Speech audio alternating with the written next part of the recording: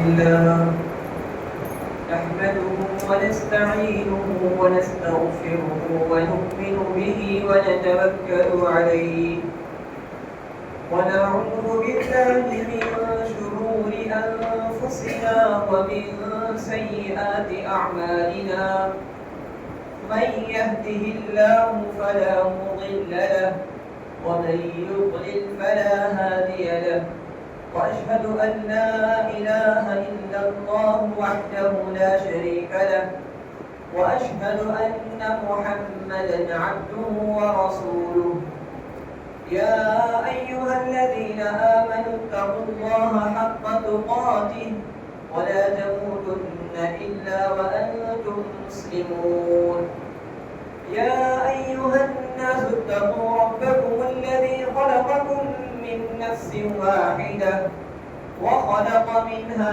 زوجها وبث منهما رجالا كثيرا ونساء واتقوا الله الذي تساءلون به والأرحام إن الله كان عليكم رقيبا يا أيها الذين آمنوا اتقوا الله وقولوا قولا سديدا يصلح لكم أعمالكم ويغفر لكم ذنوبكم ومن يطع الله ورسوله فقد فاز فوزا عظيما أما بعد فإن خير الحديث كتاب الله وخير الهدي هدي محمد صلى الله عليه وسلم وشر الأمور محدثاتها وكل محدثة بدعة وكل بدعة ضلالة وكل ضلالة في النار أعوذ بالله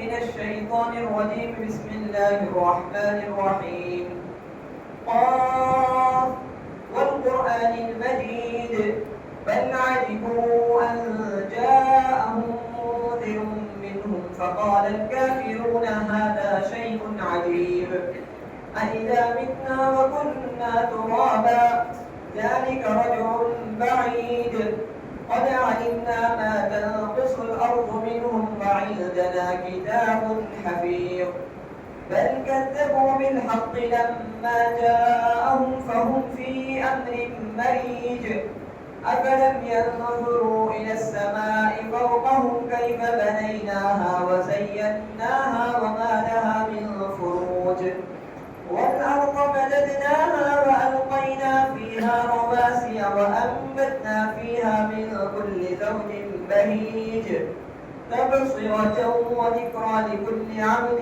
منيب ونزلنا من السماء ماء مباركا فأنبتنا به جنات وحب الحصيد والنخل باسقات لها طلع نضيد رزقا للعباد وأحيينا به بلدة ميتا كذلك الخروج كذبت قبلهم قوم نوح وأصحاب الرس وثمود وعاد وفرعون وإخوان لوط وأصحاب الأيكة وقوم تبع كل كذب الرسل فحق وعيد أفعلينا بالخلق الأول بل هم في نبس من خلق جديد.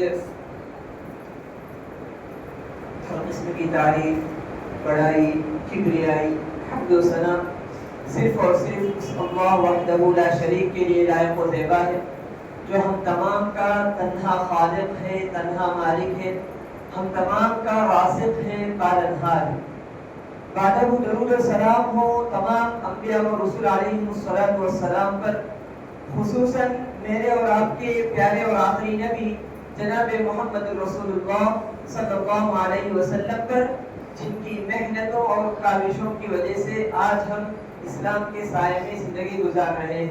اللهم صل علی محمد وعلى آل محمد كما صليت على إبراهيم وعلى آل إبراهيم إنك حميد مجيد.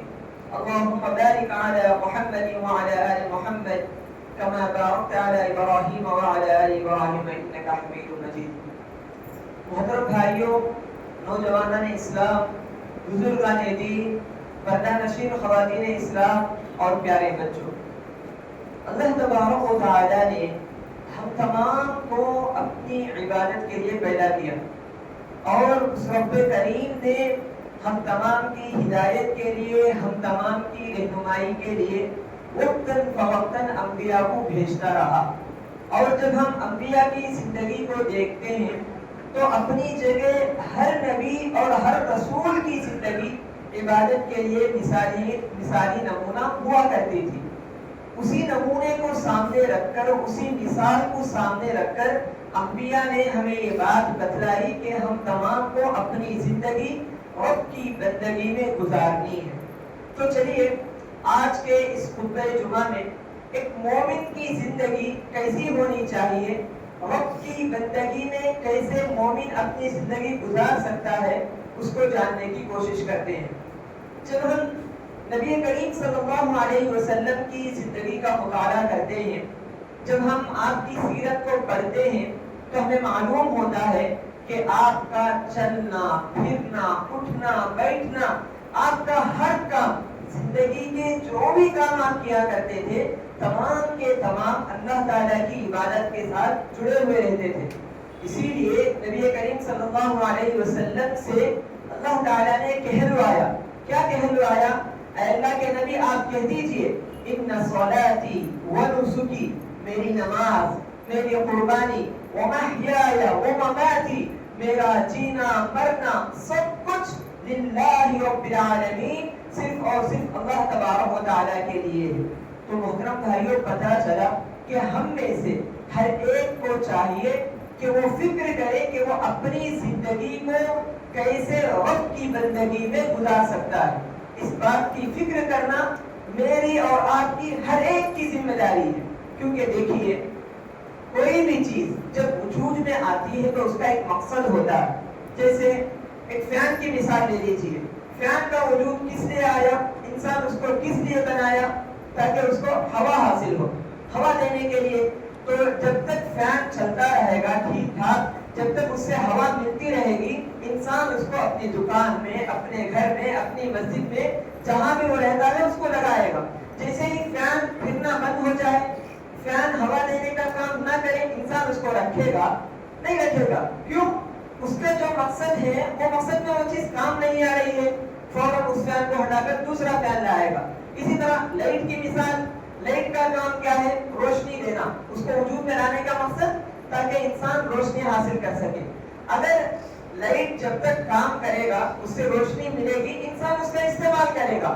جیسے ہی لائٹ روشنی دینا بند کر دے، اس کے وجود میں آنے کے مقصد اس کے اندر ختم ہو جائے، انسان لائٹ کو نکال پھینکے گا، دوسری لائٹ لائے گا۔ تو ٹھیک اسی طرح ہم جو انسان ہیں، جو اشرف المخلوقات ہیں، اللہ تبارک و تعالیٰ نے بے شمار مخلوقات کو پیدا کیا۔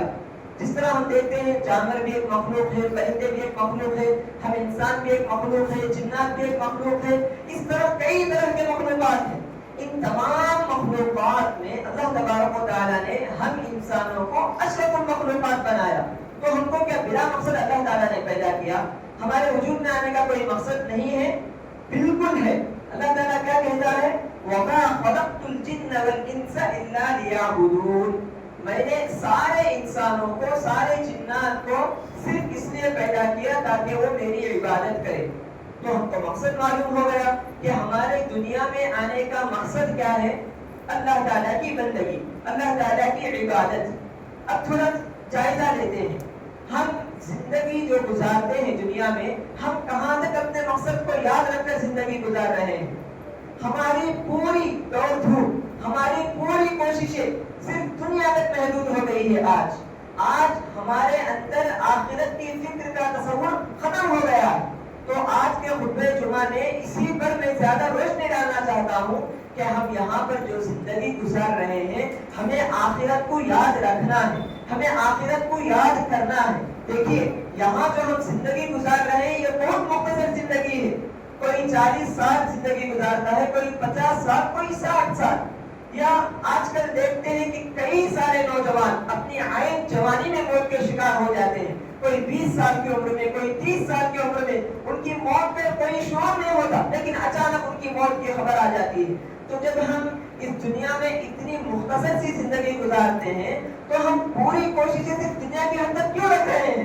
ہماری پوری دوڑ دھوپ، ہر کوئی یہاں پر بیٹھے ہوئے ہر مرد ہر عورت اپنا جائزہ لے، ہم ہر دن کتنی فکر کرتے ہیں آخرت کو لے کر، ہمیں کتنے مرتبہ آخرت کا دن یاد آتا ہے، ہمارا پورا خیال کہاں تک رہتا کہ میں آج کس قدر تجارت میں نفع کما سکتا ہوں، میں گھر بنانا چاہتا ہوں، میں جگہ خریدنا چاہتا ہوں، میری تجارت میں کیسے بڑھوتری کروں، ہمارا پورا فکر ہماری پورا خیال صرف یہیں تک محدود ہو گیا ہے۔ تو ہمیں چاہیے کہ ہم دنیا کی سوچ سے ہٹ کر، دنیا کی سوچ سے آگے بڑھ کر آخرت کی فکر کریں، کیونکہ وہ ہمیشہ کی زندگی ہے۔ ہم اللہ تبارک و تعالیٰ کے فضل و کرم سے مسلمان ہیں، ہم آخرت کے دن پر ایمان رکھتے ہیں، لیکن دل سے یقین رکھنے، زبان سے اقرار کرنے اور عمل سے اس کا ثبوت دینے میں فرق ہوتا ہے۔ ہم زبان سے تو اقرار کرتے ہیں کہ ہم آخرت کے دن پر ایمان رکھتے ہیں، ہم دل سے مانتے بھی ہیں، لیکن سوال یہ ہے کیا ہمارا عمل اس بات کی گواہی دیتا ہے کہ ہم آخرت پر یقین رکھتے ہیں؟ اگر واقعی معنوں میں آخرت کے دن پر ہمارا ایمان ہو تو ہمارے عمل سے بھی اس کا ثبوت دکھائی دے گا۔ ہم جو بھی کام کریں گے آخرت کو مد نظر رکھ کر کریں گے کہ یہ کام آخرت میں کام آنے والا ہے یا نہیں، یہ کام آخرت میں مجھے فائدہ دے گا یا نقصان دے گا، اس کو ہم سامنے رکھ کر کام کریں گے۔ لیکن محترم بھائیوں، دنیا کی رنگینیوں میں پڑھ کر ہم آخرت سے غافل ہو گئے ہیں۔ تو مجھے اور آپ کو چاہیے کہ ہم ایک مومنانہ زندگی گزاریں۔ ایک مومن کی زندگی کیسی ہوتی ہے؟ ایک مومن ہمیشہ آخرت کی فکر کو لے کر جیتا ہے، وہ جو بھی کام کرتا ہے آخرت سے وہ غافل نہیں ہوتا۔ دیکھیے، دنیا کمانے سے کوئی انکار نہیں ہے، آپ دنیا میں گھر بنائیے ٹھیک ہے، آپ دنیا میں جگہ خریدیے ٹھیک ہے، آپ جائیداد بڑھائیے ٹھیک ہے، یہ تمام اپنی جگہ درست ہیں، صرف کب تک؟ جب تک کہ یہ تمام چیزیں آپ کو آخرت سے غافل نہ کریں۔ اگر گھر بنانے کی فکر میں، اگر جائیداد خریدنے کی فکر میں، اگر تجارت بڑھانے کی فکر میں آپ کی آخرت برباد ہو رہی ہے، آپ کے آخرت کے اعمال فرق پڑ رہے ہیں، تو ان تمام کاموں کو چھوڑ دینا چاہیے۔ اللہ تعالیٰ قرآن میں کیا کہتا ہے؟ یا ایھا الذین آمنوا، اے ایمان والو، لا تلھکم اموالکم ولا اولادکم عن ذکر اللہ، تمہیں تمہارے مال اور تمہاری اولاد اللہ کے ذکر سے غافل نہ کرے۔ تو پتا چلا کہ اگر ہمارے مال سے، ہماری اولاد کی وجہ سے ہم اللہ تعالیٰ کو بھلا رہے ہیں تو یہ تمام چیزیں ہمارے لیے نعمت نہیں بلکہ ہمارے لیے زحمت ہے، یہ ہم تمام کے لیے نفع بخش نہیں ہوں گے، ہمارے لیے وبال جان بن جائیں گے۔ تو محترم بھائیوں، ایک بات یاد رکھیں، دنیا میں جتنی بھی ترقی کرے، جتنا بھی آگے بڑھے، آخرت کو نہ بھولے، وہ اصل ہے۔ ایک چھوٹی سی مثال، ایک بندے کے سامنے تو بڑی بڑی تھیلیاں رکھی ہوئی ہیں، ایک تھیلی میں بہت سارا پیسہ ہے، بہت سارا سونا ہے، کتنا ہے معلوم نہیں، بے حساب سونا ہے، اور ایک تھیلی میں کتنا ہے؟ بس 100 روپیے ہے۔ اب اگر وہ بندہ جو زیادہ پیسے والا تھیلا ہے اس کو لینے کے بجائے 100 روپے والی تھیلی لیتا ہے، آپ اس کو عقل مند بولیں گے یا بیوقوف بولیں گے؟ ظاہر سی بات ہے وہ عقل مند نہیں کہلائے گا، کیونکہ جو زیادہ فائدہ دینے والی چیز ہے اس کو چھوڑ کر وہ چھوٹی سی چیز کو لے رہا ہے۔ ٹھیک یہی مثال دنیا کی زندگی کی بھی ہے آخرت کے مقابلے میں۔ آخرت کی زندگی کتنی ہے ہم میں سے کسی کو نہیں معلوم، کیونکہ اس کی کوئی لمٹ نہیں ہے۔ آخرت کی زندگی ہمیشہ ہمیشہ کے لیے ہے، چاہے پھر وہ جنت کا معاملہ ہو یا جہنم کا معاملہ ہو۔ وہی دنیا کی زندگی ہم تمام کو یقینی طور پر معلوم ہے کہ یہ لمیٹڈ ہے۔ اس کی مقدار کتنی ہے؟ 20 30 40 50، زیادہ سے زیادہ 60 70 بھی رکھ لیجیے، لیکن کیا ہے؟ یہ لمیٹڈ ہے، اس سے مکمل فائدہ انسان نہیں اٹھا سکتا۔ جو 60 سالہ زندگی بھی اس کو ملتی ہے اس میں ایک حصہ بچپنے میں گزر جاتا ہے، اس کا ایک حصہ بڑھاپے میں گزر جاتا ہے جس میں وہ کچھ زیادہ نہیں کر پاتا۔ تو محض یہ جو جوانی کی جو عمر ہے یہی ہے جو کچھ وہ کر سکتا ہے۔ اگر وہ اس عمر میں بھی اللہ تعالیٰ کو بھول کر دنیا میں پڑ جائے، دنیا میں کمانے میں لگ جائے، تو بتائیے کل روز قیامت اللہ تعالیٰ کے سامنے کیا منہ دکھائیں گے؟ کب تک اس غفلت کی زندگی گزارتے رہیں گے؟ کیا اب بھی وقت نہیں آیا کہ ان تمام کو بازو چھوڑ کر اللہ تعالیٰ کے لیے ہم زندگی گزاریں؟ اللہ تعالیٰ سورہ حدید میں فرماتے ہیں أَلَمْ يَأْنِ لِلَّذِينَ آمَنُوا أَن تَخْشَعَ قُلُوبُهُمْ لِذِكْرِ اللَّهِ، کیا اب بھی وقت نہیں آیا ایمان والوں کے لیے کہ اللہ تعالیٰ کے ڈر سے ان کے دل لرز اٹھے؟ محترم بھائیوں، دیکھیے ایک طرف اللہ تبارک و تعالیٰ ہے، اللہ تبارک و تعالیٰ کا لشکر ہے، دوسری طرف شیطان ہے، شیطان کا لشکر ہے۔ اللہ تعالیٰ نے قرآن میں سورۃ المجادلہ میں ان دونوں لشکروں کا ذکر کیا، یعنی دنیا میں جتنی بھی انسانیت ہے اس کے دو ہی لشکر ہیں، یا تو اللہ تعالیٰ کے لشکر میں ہو گئے وہ انسان، یا نہیں تو شیطان کے لشکر میں۔ اللہ تعالیٰ کے لشکر میں کون ہوں گے؟ وہ لوگ جو ایمان لانے والے ہوں گے، وہ لوگ جو توحید پر ہوں گے، وہ لوگ جو امانت دار ہوں گے، دیانت دار ہوں گے، نمازی ہوں گے۔ اور شیطان کے لشکر میں کون ہوں گے؟ وہ لوگ جو اللہ کے ساتھ شرک کرتے ہیں، وہ لوگ جو اللہ تعالیٰ کے ساتھ کفر کرتے ہیں، وہ لوگ جو دوسروں پر ظلم کرتے ہیں، دوسروں کا مال ہڑپتے ہیں، چوری کرتے ہیں، گناہ کے کام کرتے ہیں۔ اب مجھے اور آپ کو فیصلہ کرنا ہے کہ ہم کن لوگوں میں اپنے آپ کو شمار کریں گے۔ تو محترم بھائیوں، بات بتلانے کا مقصد یہ ہے کہ ہم یہاں پر جو زندگی گزارنے آئے ہیں صرف دنیا کو سامنے نہ رکھیں، جو بھی چیز ہم دنیا میں کریں دنیا سے بڑھ کر آخرت کو مد نظر رکھ کر کریں۔ ہمارے اسلاف ہمیشہ جب بھی کوئی کام کرنے کا ان کو ذہن میں خیال آتا تو پہلے یہ بات سوچتے تھے کہ اس کا دنیا میں کتنا فائدہ ہے، آخرت میں کتنا فائدہ ہے۔ اگر آخرت کا فائدہ زیادہ ہے، ساتھ میں دنیا کا فائدہ آ رہا ہے تو اس کو کرتے تھے، اگر دنیا کا فائدہ نہیں آ رہا ہے تب بھی کرتے تھے، کیونکہ آخرت میں بہرحال وہ چیز فائدہ دے رہی ہے۔ وہی اگر وہ چیز آخرت میں فائدہ نہیں دے رہی ہے، صرف دنیا کے حد تک اس کا فائدہ ہے تو اس کو چھوڑ دیتے تھے۔ تو ہمیں بھی یہ طریقہ اپنانا چاہیے۔ ہم یہاں پر جو زندگی گزار رہے ہیں یہ اللہ تبارک و تعالیٰ کی طرف سے ہم کو ایک مہلت ہے۔ اللہ تعالیٰ نے ہمیں دنیا میں کیوں بھیجا؟ تاکہ ہم اعمال کریں۔ اب اللہ تعالیٰ ہم کو چھوٹ دیا ہے، چاہے تو تم اچھے اعمال کرو، چاہے تو تم برے اعمال کرو۔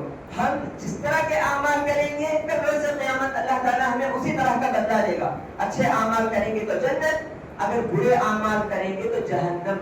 تو محترم بھائیو، یہ ہمارے ہاتھ میں ہے، ہم اچھے اعمال کر کے اپنے رب العالمین کو خوش کریں گے اور اس کے جنت کو حاصل کریں گے، یا اس کی نافرمانی کر کے ہم اللہ بچائے جہنم کے مستحق بنیں گے۔ یہ ہمارے ہاتھ میں ہے۔ ہم اللہ تعالیٰ سے دعا مانگے، اللہ تعالیٰ سے توفیق مانگے نیک عبادت کرنے کی۔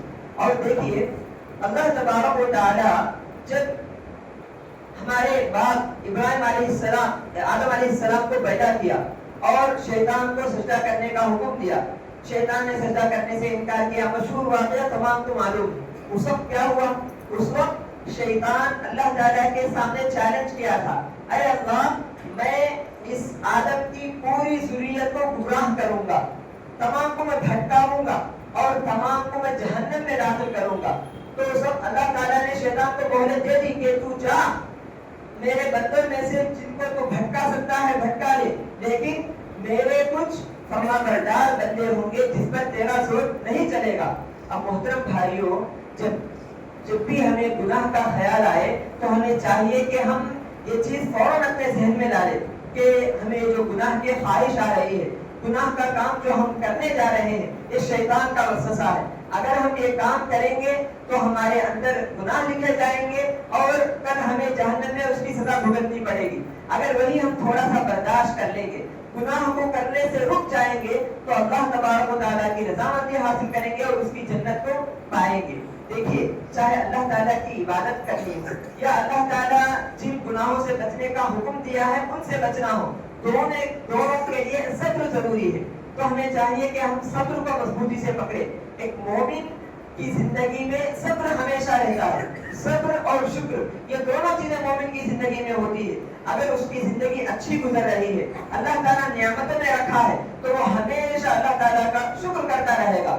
اگر وہی اس کی زندگی میں تنگیاں آ رہی ہے، مصیبتیں آ رہی ہے، پریشانیاں آ رہی ہے، تو وہ صبر کرتا رہے گا۔ اور دیکھیے، جب بندہ اللہ تعالیٰ کی عبادت کی راہ میں نکلتا ہے، اللہ تعالیٰ کی عبادت کرنے لگتا ہے، تب بھی اس کو صبر کی ضرورت پڑتی ہے۔ کس طرح؟ کبھی کیا ہوتا ہے، بندہ جب مسلسل عبادت کرتے رہتا ہے، اس کے دل میں ایک طرح سے کبھی سستی آ جاتی، کبھی کیا ہے غفلت کا شکار ہو جاتا کہ آج نفل چھوڑ دیں گے، ہر دن پڑھنا ہونا آج چھوڑ دیں گے۔ لیکن اس وقت بندے کو صبر سے کام لینا پڑتا ہے۔ نہیں، جب میں پابندی سے یہ چیز کر رہا ہوں تو کروں گا۔ اس کو جو سستی آ رہی ہوتی ہے، جو کمزوری آ رہی ہوتی ہے، اس کو توڑ کر اس کو کھڑا ہونا پڑتا ہے نماز کے لیے۔ تو یہ بھی ایک طرح کا صبر ہے جو اللہ تعالیٰ کی عبادت میں مجھ سے اور آپ سے مطلوب ہے. اور اسی طرح گناہ سے بچنے کے لیے بھی صبر چاہیے. صبر کے معنی کیا ہے؟ کنٹرول کرنا، اپنے آپ کو روکنا. جب گناہ کا تصور ہمارے ذہن میں آئے، چاہے کوئی دیکھے یا نہ دیکھے، جب بھی گناہ کا خیال آئے تو فوراً ہمیں کیا ہے؟ کنٹرول کرنا ہے. نہیں، یہ جو گناہ اگر میں کروں گا اس کا کیا فائدہ ہوگا؟ زیادہ سے زیادہ تھوڑی سی لذت ملے گی، اور وہ لذت ہمیشہ کی ہے نہیں. جب تک وہ گناہ ہم کرتے رہیں گے تو اس وقت تک وہ لذت ہے. وہ لذت بھی لذت نہیں ہے. ہمارے دل پر گناہ کی وجہ سے جو کالا دھبا بیٹھ جاتا ہے، اس کی وجہ سے وہ چیز ہمیں لذت محسوس ہوتی ہے. وہی ایک مومن سے پوچھیں گے تو وہ بتائے گا کہ اس میں لذت کیا ہے؟ لذت والی کوئی چیز ہی نہیں ہے گناہ میں. لیکن چونکہ گنہگار بندے ہمیشہ گناہوں میں ڈوبے رہتے ہیں، اس کی وجہ سے ان لوگوں کو معلوم نہیں ہوتا کہ یہ لذت نہیں ہے، بلکہ اس کو کیا سمجھتے ہیں؟ لذت سمجھتے ہیں. اور اس لذت کو حاصل کرنے کے لیے وہ گناہ میں پڑ جاتے ہیں. تو ہمیں چاہیے کہ ہم گناہ سے بچنے کے لیے بھی صبر کو اپنائیں، کنٹرول کرنا سیکھیں اپنے آپ کو. نفس امارہ جب بھی گناہ کا حکم دے، نفس لوامہ فوراً روکے گا. تم یہ جو کام کرنے جا رہے ہو اس سے اللہ تعالیٰ ناراض ہو سکتا ہے، اس سے تم گنہگاروں کی صف میں شامل ہو جا سکتے ہو. جیسے ہی یہ خیال آئے، مجھے اور آپ کو چاہیے کہ ہم اپنے نفس پر کنٹرول کریں اور صبر کی رسی کو مضبوطی سے پکڑے رہیں. محترم بھائیوں، ایک مومن کی زندگی جو صبح سے لے کر شام تک، آنکھ کھولنے سے لے کر آنکھ بند کرنے تک رب کی مرضی میں زندگی گزرتی ہے. یعنی وہ اپنی زندگی کو ٹھیک ویسے ہی گزارتا ہے جیسے گزارنے پر اس کا رب چاہتا ہے، اس کا رب پسند کرتا ہے. اسی لیے نبی کریم صلی اللہ علیہ وسلم نے بہت ساری احادیث میں ہم تمام کو مختلف چیزوں کی تعلیم دی. کچھ کام صبح کرنے کے لیے آپ صلی اللہ علیہ وسلم نے بتائے، کچھ کام شام کے وقت کرنے کے آپ صلی اللہ علیہ وسلم نے بتائے. ان میں سے میں چند کاموں کو بتلا کر اپنے کام کو ختم کروں گا. کچھ کام ایسے ہیں جو دن میں بھی کرنے کے ہوتے ہیں اور رات میں بھی کرنے کے ہوتے ہیں. ان میں سے 6 کام بہت اہم ہیں. پہلی چیز کیا ہے؟ دعا. مضمون دعائیں. صبح جب نیند سے اٹھتے ہیں تب دعا کا اہتمام کرنا، رات میں جب سونے کے لیے جاتے ہیں تب بھی دعا کا اہتمام کرنا. دعا مشہور ہے، ہم تمام اپنے بچپن ہی میں سیکھتے ہیں کہ جب سوتے وقت کیا دعا پڑھتے ہیں؟ اللہم بسمک اموت و احیا. اسی کے دوسرے الفاظ اس طرح بھی آتے ہیں، بسمک اللہم اموت و احیا. دونوں طرح کے الفاظ صحیح ہیں. یہ رات میں سوتے وقت دعا کا اہتمام کرنا. جب نیند سے بیدار ہو، جب نیند سے جاگ اٹھے تب دعا پڑھنا، الحمدللہ الذی احیانا بعد ما اماتنا والیہ النشور. یہ سب سے پہلا کام ہے. جب مومن رات میں سوتا ہے اور جب نیند سے اٹھتا ہے، دونوں وقت میں دعا کا اہتمام کرتا ہے. اور جانتے ہیں یہ جو مسنون دعائیں آپ صلی اللہ علیہ وسلم نے ہمیں سکھلائے ہیں، گھر سے نکلتے وقت پڑھنے کی، گھر میں داخل ہوتے وقت پڑھنے کی، سوتے وقت پڑھنے کی، سونے سے اٹھنے کے بعد پڑھنے کی، بازار میں جانے کی، آئینہ دیکھنے کی، ہر طرح کی دعا صلی اللہ علیہ وسلم نے ہمیں سکھلایا ہے. ان دعاؤں کی زندگی میں بڑی برکت ہوتی ہے.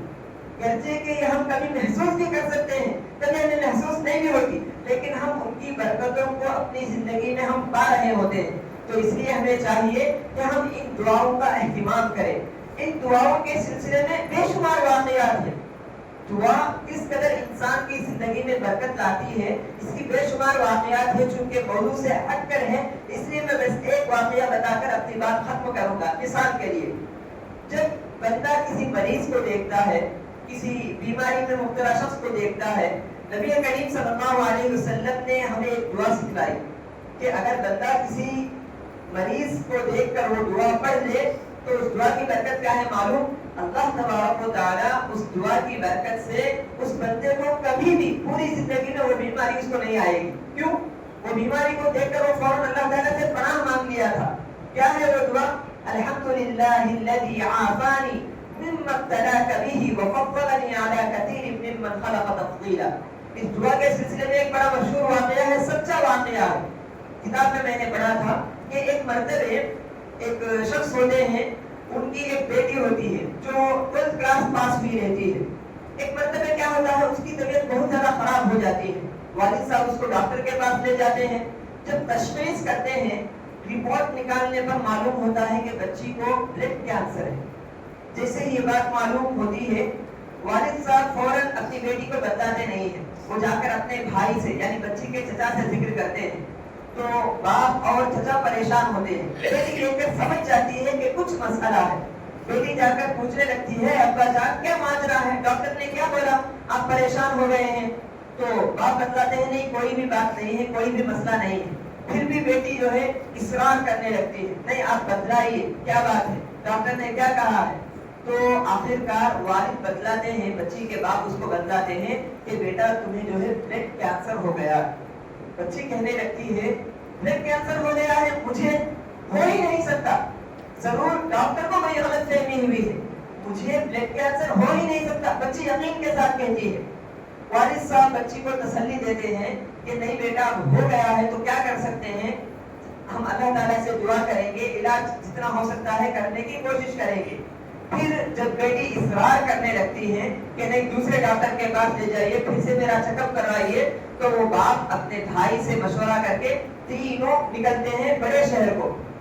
بڑے شہر میں جا کر بڑے ڈاکٹر کے پاس اسکیننگ وغیرہ نکلواتے ہیں, جتنے بھی تھیریپی وغیرہ جو بھی کرانے کی ہوتی ہے وہ کرواتے ہیں. کروانے کے بعد ڈاکٹر کیا کہتے ہیں, بڑی سنجیدگی کے ساتھ دونوں کو بٹھاتے ہیں, بچی کے والد کو اور بچی کے چچا کو, اور بتلاتے ہیں کہ آپ کی بیٹی کا معاملہ, آپ کی بیٹی کا کیس بڑا عجیب ہے. باپ پوچھتا ہے کہ کیا ہے, تو ڈاکٹر صاحب بتلاتے ہیں کہ آپ کی بیٹی کے رپورٹس میں ہر وہ چیز موجود ہے, ہر وہ نشانی موجود ہے, علامت موجود ہے جس کی وجہ سے بلڈ کینسر کے چانسز ہوتے ہیں. پوری چیزیں موجود ہیں, لیکن پھر بھی بلڈ کینسر نیگیٹو آیا ہے.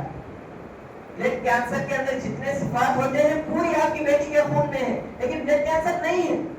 اور ایسا کیوں ہے یہ مجھے خود بھی سمجھ میں نہیں آ رہا ہے, یہ ڈاکٹر کا کہنا ہوتا ہے. بچی کے والد خوش ہو جاتے ہیں, بچی کے چچا بھی خوش ہو جاتے ہیں, اور خوشی خوشی جا کر اپنے گھر میں اپنی بچی کو بھی یہ بات بتلاتے ہیں. تو پھر اس کے بعد باپ اپنی بیٹی سے سوال کرتا ہے کہ اے میری بیٹی, تمہیں پہلے سے ہی یقین تھا کہ تمہیں بلڈ کینسر ہو ہی نہیں سکتا, کیوں, تمہیں اتنا پختہ یقین کیسے تھا. تو بیٹی کہنے لگتی ہے اے ابا جان, میں نے نبی کریم صلی اللہ علیہ وسلم کی وہ حدیث سنی تھی جس میں آپ صلی اللہ علیہ وسلم نے فرمایا کہ جو بھی بندہ یہ دعا پڑھے گا کسی بھی مریض کو دیکھ کر, اللہ تعالیٰ اس بیماری میں اس کو کبھی بھی مبتلا نہیں کرے گا. میں نے یہ حدیث پڑھی تھی. پھر اس کے بعد ایک مرتبہ مجھے ایک پیشنٹ نظر آیا بلڈ کینسر کا, تو جیسے ہی میں نے اس بندے کو دیکھا میں نے یہ دعا پڑھ لی. تو میں نے جب یہ دعا پڑھی ہے تو میرا یقین ہے نبی کریم صلی اللہ علیہ وسلم کی حدیث پر کہ مجھے یہ بیماری ہو ہی نہیں سکتی. سبحان اللہ. دیکھیے اللہ تبارک و تعالیٰ اپنے بندوں کو اکیلا نہیں چھوڑتا. جو بندے اللہ تبارک و تعالیٰ پر یقین رکھتے ہیں, جس قدر بندے کا ایمان مضبوط ہوگا, جس قدر بندے کو اللہ تعالیٰ پر یقین ہوگا, اللہ تبارک و تعالیٰ اس کا اتنا ساتھ دیں گے. ہمیشہ اللہ تعالیٰ کی معیت انہیں حاصل رہے گی. اسی لیے مجھے اور آپ کو چاہیے کہ ہم اپنے ایمان کے اندر مضبوطی پیدا کریں. یاد رکھیں دنیا کی کتنی بھی بڑی مصیبت کیوں نہ ہو, کتنی بھی بڑی پریشانی کیوں نہ ہو, جب اللہ تبارک و تعالیٰ اس کو دور کرنا چاہے تو کوئی بھی چیز آڑ نہیں آ سکتی. چاہے دنیا کے تمام دروازے ہمیں بند نظر آنے لگے, لیکن یاد رکھیں جہاں پر دنیا کے تمام دروازے بند ہو جاتے ہیں وہیں سے اللہ تبارک و تعالیٰ کی رحمت کے دروازے کھلتے ہیں. ہماری سوچ جہاں پر ختم ہوتی ہے اللہ تعالیٰ کی مدد وہاں سے شروع ہوتی ہے. تو ہمیں چاہیے کہ ہم اللہ تعالیٰ پر ایمان اس قدر مضبوطی کے ساتھ رکھیں, ہم اپنی زندگی میں ایمان کو مضبوطی سے تھامے رکھیں, چاہے کوئی بھی پریشانی آئے اللہ تعالیٰ کو چھوڑ کر کسی دوسری جگہ نہ جائے. تو پتا چلا کہ ہمیں مصنون دعاؤں کا اہتمام کرتے رہنا چاہیے. اس طرح کے بے شمار واقعات ہیں. ایک بندہ گھر سے نکلتے وقت دعا پڑھ کر نکلتا ہے, بسم اللہ توکلت علی اللہ, وہ دعا پڑھ کر نکلتا ہے, اس بندے کے ساتھ حادثہ ہوتا ہے, پھر بھی حادثہ ہونے کے باوجود اس کو ایک خروش تک نہیں آتا. کیوں؟ اس کا یقین اس قدر تھا مجھے کچھ بھی نہیں ہوگا کیونکہ میں اللہ تعالیٰ کی حفاظت میں نکل رہا ہوں. تو اس طرح کے بے شمار واقعات ہیں جس سے معلوم ہوتا ہے کہ ہمیں مصنون دعاؤں کا اہتمام کرنا چاہیے. اسی طرح محترم بھائیوں, ایک مومن اللہ تعالیٰ کو راضی کرنے کی ہر چھوٹی چھوٹی چیز کا خیال رکھتا ہے. جیسے مسواک کرنا. مسواک کیا ہے؟ ایک معمولی سی کاری ہے درخت کی جو کرنے والے کرتے ہیں اور اکثر لوگ نہیں کرتے, لیکن اگر ہم اس کو عبادت سمجھ کر کریں گے تو اس میں بھی برکت ہے. نبی کریم صلی اللہ علیہ وسلم کو مسواک کرنا بہت پسند تھا. آپ صلی اللہ علیہ وسلم ہمیشہ اپنے ساتھ مسواک کیا کرتے تھے، مسواک رکھتے تھے اپنے ساتھ، یہاں تک کہ آپ صلی اللہ علیہ وسلم جب اپنے آخری موت کی حالت میں تھے، عائشہ رضی اللہ عنہا کی گود میں تھے، تب بھی ایک صحابی مسواک کر رہے ہوتے ہیں تو آپ صلی اللہ علیہ وسلم عائشہ رضی اللہ عنہا کو اشارہ کرتے ہیں مسواک دینے کو، یعنی مرض کی حالت میں، موت کی حالت میں بھی آپ صلی اللہ علیہ وسلم مسواک کیے اس کا. عائشہ رضی اللہ عنہا مسواک کو نرم کر کے آپ کے منہ میں رکھتی ہے اور آپ صلی اللہ علیہ وسلم مسواک کرتے ہیں. تو مسواک کرنا یہ بہت اچھا عمل ہے. نبی کریم صلی اللہ علیہ وسلم نے دو چیزیں بتائی، دو فائدے بتائے اس کے، دنیاوی فائدہ بھی اور اخروی فائدہ بھی. دنیاوی فائدہ کیا ہے؟ مطہرۃ للفم، منہ کے لیے یہ پاکیزگی کا باعث ہے. جو بندہ ہمیشہ مسواک کرتے رہتا ہے اس کے منہ میں کبھی بدبو نہیں ہوتی. اسی طرح ومرضاۃ للرب، اللہ تعالیٰ اس کو پسند بھی کرتا ہے. تو ایک چھوٹی سی چیز کے ذریعے مسواک کا اہتمام کر کے جب ہم اس کو سنت سمجھ کر کریں گے، اللہ تعالیٰ کی خوشنودی سمجھ کر کریں گے تو اس نے بھی ہمارے لیے نیکی ہے. اسی طرح محترم بھائی ایک اور چیز وضو. ایک مومن بندہ ہمیشہ یہ فکر کرتا ہے کہ وہ ہمیشہ باوضو رہے. نبی کریم صلی اللہ علیہ وسلم نے یہ حکم دیا کہ جب تم میں سے کوئی جب بھی اپنے بستر کے پاس تشریف لائے تو وضو کر کے سوئے. اور جب نبی کریم صلی اللہ علیہ وسلم فوراً اٹھتے تھے نیند سے بیدار ہونے کے بعد مسواک کر کے وضو کیا کرتے تھے. تو پتہ چلا کہ ہمیں وضو کا بھی اہتمام کرنا چاہیے. اسی طرح تلاوت، آپ صلی اللہ علیہ وسلم اٹھنے کے بعد فوراً نماز تہجد کے لیے کھڑے ہو جاتے تھے، وضو وغیرہ سے فارغ ہونے کے بعد تو قرآن کی تلاوت کرتے تھے. اور جب سوتے تھے تب بھی سورۃ الملک کی تلاوت کرتے، سورۃ السجدہ کی تلاوت کرتے، سورہ بقرہ کے آخری 2 آیتوں کی تلاوت کرتے، آیت الکرسی کی تلاوت کرتے. اور اس کی الگ الگ فضیلتیں بھی آئی ہیں. تو ہمیں چاہیے کہ ہم تلاوت کا بھی اہتمام کریں. اسی طرح نماز، آپ صلی اللہ علیہ وسلم کی آخری نماز عشاء ہوتی تھی رات میں. عشاء نماز کے بعد آپ صلی اللہ علیہ وسلم بات کرنے کو بھی ناپسند کرتے تھے، دوسری کاموں میں دور کی بات. آپ صلی اللہ علیہ وسلم عشاء نماز کے بعد فوراً سو جانے کو پسند کرتے تھے. اور جیسے ہی اٹھتے تہجد کی نماز. تو دیکھیے ایک مومن بندے کی زندگی، اس کا اختتام بھی نماز سے ہے، اس کی شروعات بھی نماز سے ہے. تو اس طرح محترم بھائیو، اسی طرح ذکر، نبی کریم صلی اللہ علیہ وسلم صبح شام ذکر کیا کرتے تھے. عائشہ رضی اللہ عنہا بتاتی ہے کہ آپ صلی اللہ علیہ وسلم کا کوئی بھی لمحہ ذکر سے خالی نہیں ہوا کرتا تھا. اور جو مومن بندہ اللہ تبارک و تعالیٰ کا جس قدر ذکر کرے گا، اللہ تعالیٰ کو جتنا یاد کرے گا، وہ اس اللہ تعالیٰ کے اتنا ہی قریب ہوگا. اور ہم تمام کو معلوم ہے کہ جو بندہ اللہ تعالیٰ سے قریب ہو جائے اس کو کس بات کا خوف، اس کو نہ دنیا میں کسی چیز کی ٹینشن ہو سکتی ہے، نہ آخرت میں کسی قسم کا ڈر ہو سکتا ہے. تو ہمیں چاہیے کہ ہم اپنی زندگی میں تبدیلی لائیں، ہم اپنی زندگی کو بدلیں. ہماری سوچ جو صرف دنیا کے حد تک محدود رہ گئی ہے اس کو ہم توڑیں، ہم آخرت کو سامنے رکھیں. جب بھی کوئی چیز ہمارے سامنے آتی ہے تو ہم یہ چیز غور کریں کہ آخرت میں یہ چیز فائدہ دینے والی ہے یا نقصان دینے والی ہے. اگر وہ چیز آخرت میں نقصان دینے والی ہے تو دنیا میں کتنا بھی فائدہ کیوں نہ ہو، ہمارے دل میں اس کی لذت کتنے بھی موجود کیوں نہ ہو، اس کو اللہ کے لیے قربان کر دے. جو بندہ اللہ تعالیٰ کے لیے کوئی چیز قربان کرتا ہے، اللہ تعالیٰ اس کی زندگی میں اس سے بہتر چیز اس کو نصیب کرتے ہیں. تو ہمیں چاہیے کہ ہم اپنی زندگی کو ایک مومن کی زندگی بنا کر گزاریں. ایک مومن کی زندگی جیسے ہوتی ہے ہم اپنی زندگی کو ویسی زندگی بنانے کی کوشش کریں. اللہ تبارک و تعالیٰ سے دعا ہے کہ اللہ تبارک و تعالیٰ ہم تمام کو اپنی زندگی اس کی بندگی میں گزارنے کی توفیق عطا فرمائے. اللہ تعالیٰ مجھے اور آپ کو ہر وہ کام کرنے کی توفیق دے جس سے وہ ہم سے راضی ہو اور ہمیں جنت نصیب ہو. آمین.